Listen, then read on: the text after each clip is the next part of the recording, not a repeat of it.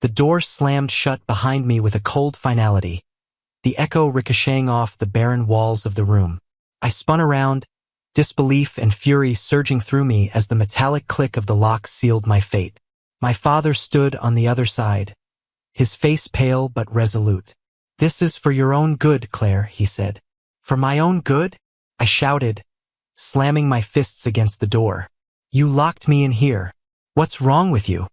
Behind him, my mother averted her eyes, her lips trembling as if she wanted to say something but didn't dare. My younger sister, Lily, peeked out from behind her, her expression a mix of guilt and fear. They left without another word, their footsteps fading down the corridor. I was 24 years old, a successful woman with a career, friends, and a life I'd built on my own terms. But none of that mattered to my family anymore, not after the accusations.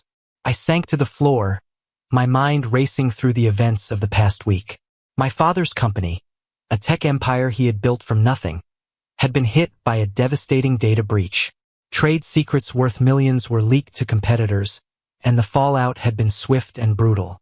It wasn't long before Aaron, my cousin and my father's right-hand man, discovered an email trail pointing to me as the culprit. The evidence was fake. I knew it, and deep down I suspected Aaron knew it too. But he had always resented my position in the family, envying the trust my father had placed in me. "Claire," my father had said, his voice heavy with disappointment. "How could you? After everything I've done for you?" I had pleaded, begged them to believe me. But Aaron's evidence was damning, and my family was too shaken to see the truth. The room they locked me in was cold and unwelcoming, its bare walls a stark contrast to the warmth of the home I had grown up in. A narrow cot was pushed into one corner, a small window with iron bars too high to reach offered a sliver of light, and a bucket in the corner served as a cruel reminder of my captivity. I paced the room, my anger growing with every step. How could they do this to me? I wasn't a child, and I wasn't a criminal. But no matter how many times I replayed the argument in my head, the outcome was always the same. My family had chosen to believe Aaron over me. By the second day, desperation set in. Food was slid through a slot in the door twice a day, and no one spoke to me. My voice was raw from shouting, my fists bruised from pounding on the unyielding steel. I realized then that no one was coming to save me. If I wanted to clear my name, I'd have to do it myself. I began searching the room, inspecting every crack and crevice for something, anything, that could help me escape. It was beneath the cot that I found it, a loose floorboard. Underneath the floorboard was a notebook, its cover worn and the pages filled with hurried, messy handwriting. As I flipped through it, my blood ran cold. The notebook wasn't mine, but the contents were damning. Plans for the data breach, detailed accounts of bribes and blackmail, it was all here, and Aaron's name was scrawled across multiple pages. My hands trembled as I realized what this meant. Aaron hadn't just framed me. He had been plotting against my father's company for years. The notebook was my lifeline. If I could get it to my father, he'd have to believe me. But first, I needed to get out of this room. I returned to the loose floorboard, prying it up further in hopes of finding more. Instead, I uncovered a narrow, dark tunnel leading down into the unknown. It wasn't exactly inviting, but it was my only option. Grabbing the notebook, I slipped into the tunnel, my heart pounding as I crawled forward into the darkness. The air in the tunnel was thick and damp, the walls close enough to scrape my shoulders as I moved. I had no idea where it led, but staying in that room wasn't an option. The further I crawled, the more I noticed strange markings carved into the walls, symbols and diagrams that looked ancient and cryptic. My unease grew, but I pressed on. After what felt like an eternity, I reached a small wooden door. I pushed it open cautiously, stepping into what appeared to be an old storage room. The room was filled with dusty boxes and cobweb-covered shelves, but it was what sat on the central table that caught my attention. A stack of old letters bearing my family's crest. I opened the top letter, and as I read, my heart sank. It detailed a secret my family had kept for generations. A deal made with a powerful, shadowy organization to secure their wealth and influence. The price? One family member sacrificed every few generations. And now it was my turn. The letters were brittle with age. Their ink faded but still legible. Each word seemed to press heavier on my chest, confirming a truth I had never imagined. My family's success wasn't built solely on hard work and ingenuity. It was built on a pact, a cursed legacy that demanded blood. The most recent letter, dated just 2 months ago, outlined the situation in detail. It mentioned the upcoming sacrifice, the name conspicuously absent but unmistakably referring to me.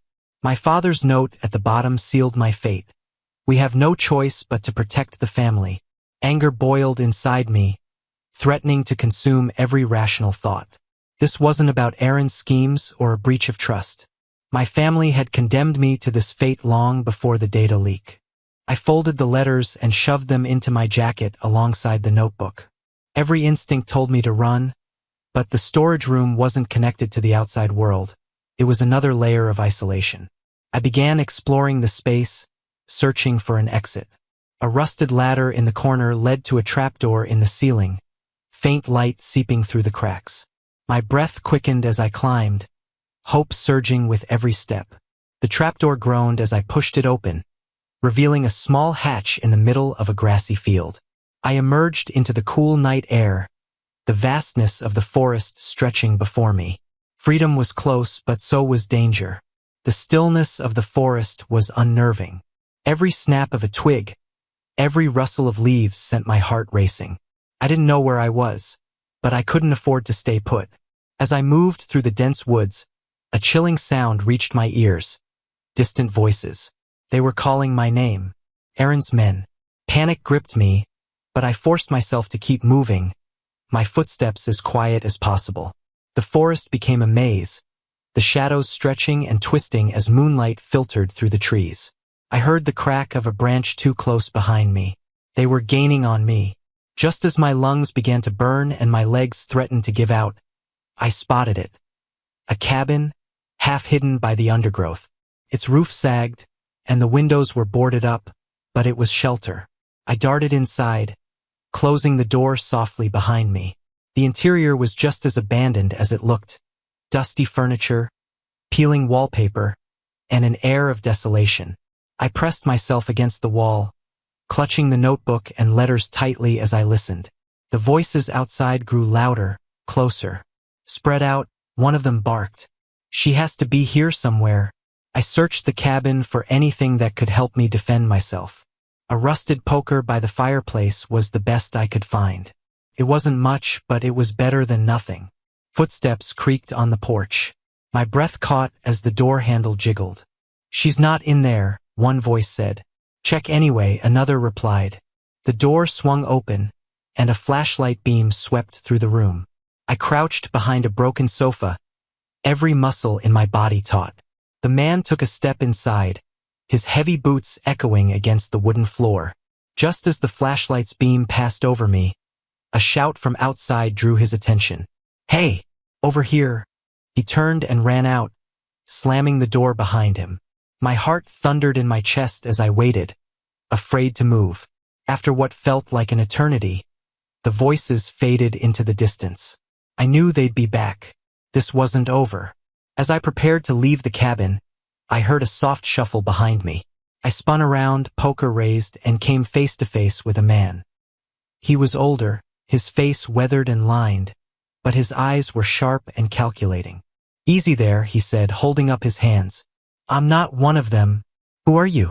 I demanded, my voice trembling. "Name's Jack," he said, "and I think we might have a common enemy." Jack explained that he had been watching Aaron's men for weeks, tracking their movements and piecing together their plans. "I don't know the whole story," he said, "but I know enough to recognize you're in trouble." I hesitated. Trusting anyone felt dangerous, but I didn't have many options. "If you know about them, then you know I can't stay here," I said. Jack nodded. "You're right, but if you want to stop them, you'll need help. And lucky for you, I'm pretty good at dealing with guys like them." We spent the next few hours coming up with a plan. Jack's knowledge of the forest and Aaron's operations was invaluable. He showed me maps, marked with routes and hiding spots, and explained how we could evade capture. "We'll need to get this evidence to someone who can use it," Jack said, tapping the notebook. "You've got enough here to take Aaron down, but only if it gets into the right hands." I nodded, determination replacing fear. "Let's do it." Jack and I set out at dawn, moving through the forest with caution.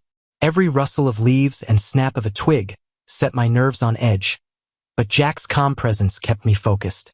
We were heading toward the nearest town, where Jack claimed to have a contact who could help.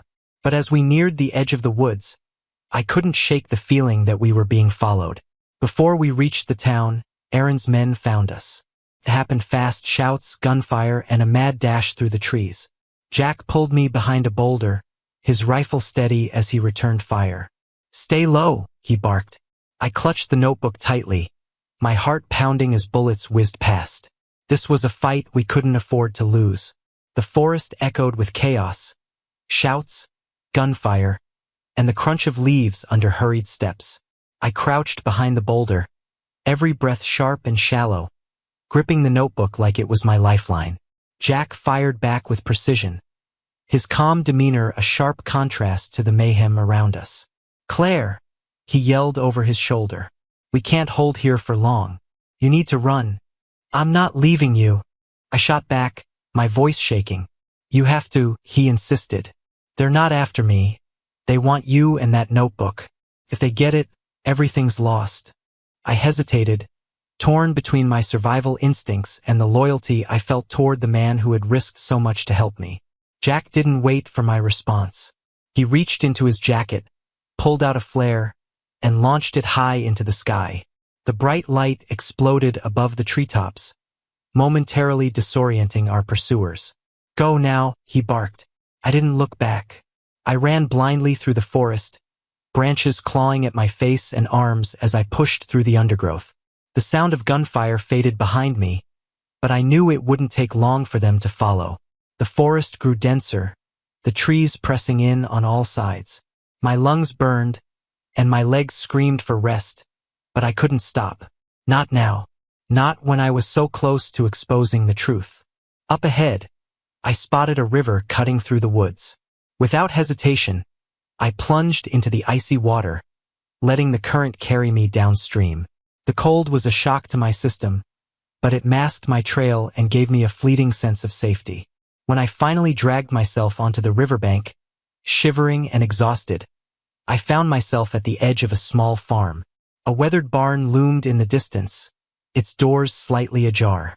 I stumbled toward it, desperate for shelter. Inside, I found a woman stacking hay bales. She looked up, startled as I entered. "Who are you?" she demanded, eyeing me warily. "My name's Claire," I said, my voice hoarse. "I need help. Please." She studied me for a moment before nodding. "Come inside. But if you're bringing trouble, you'd better warn me now." The woman, who introduced herself as Martha, didn't ask many questions. She handed me a dry blanket and a cup of tea, her sharp eyes assessing me as I warmed myself by the fire. "I saw that flare earlier," she said. "Trouble in the woods?" I nodded. "They're after me. My cousin. He's trying to cover up crimes that could destroy my family and ruin lives. I have evidence, but I need to get it to someone who can help." Martha frowned. "Sounds like you've stepped into a hornet's nest." "Lucky for you, I know someone who might be able to help." Martha called an old friend, a man named Victor, who lived in the nearby town. He was a journalist, known for uncovering corruption and exposing those who thought they were untouchable. "We'll take my truck," Martha said. "Victor's place isn't far, but we'll need to keep a low profile." The drive to town was tense. Every passing car felt like a threat, every shadow a potential ambush.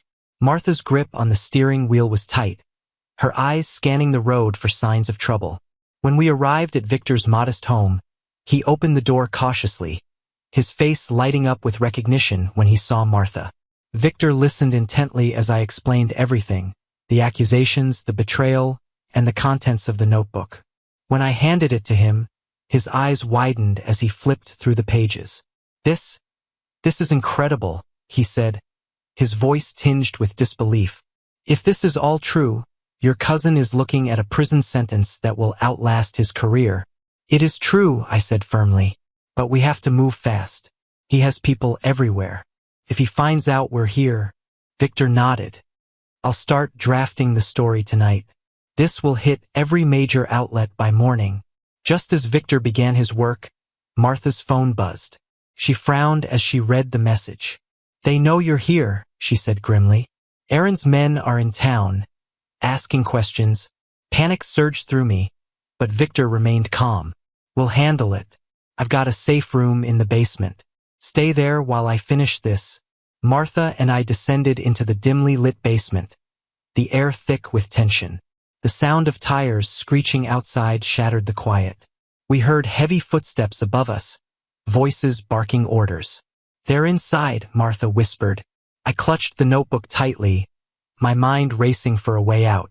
Suddenly, there was a loud bang as the door to the basement was kicked open. Run! Martha shouted, shoving me toward a hidden passage at the back of the room. The passage was narrow and dark, leading to an alley behind the house. I emerged into the night, my heart pounding as I sprinted down the street. Behind me, I could hear the chaos unfolding inside Victor's house. I didn't stop running until I reached the bus station.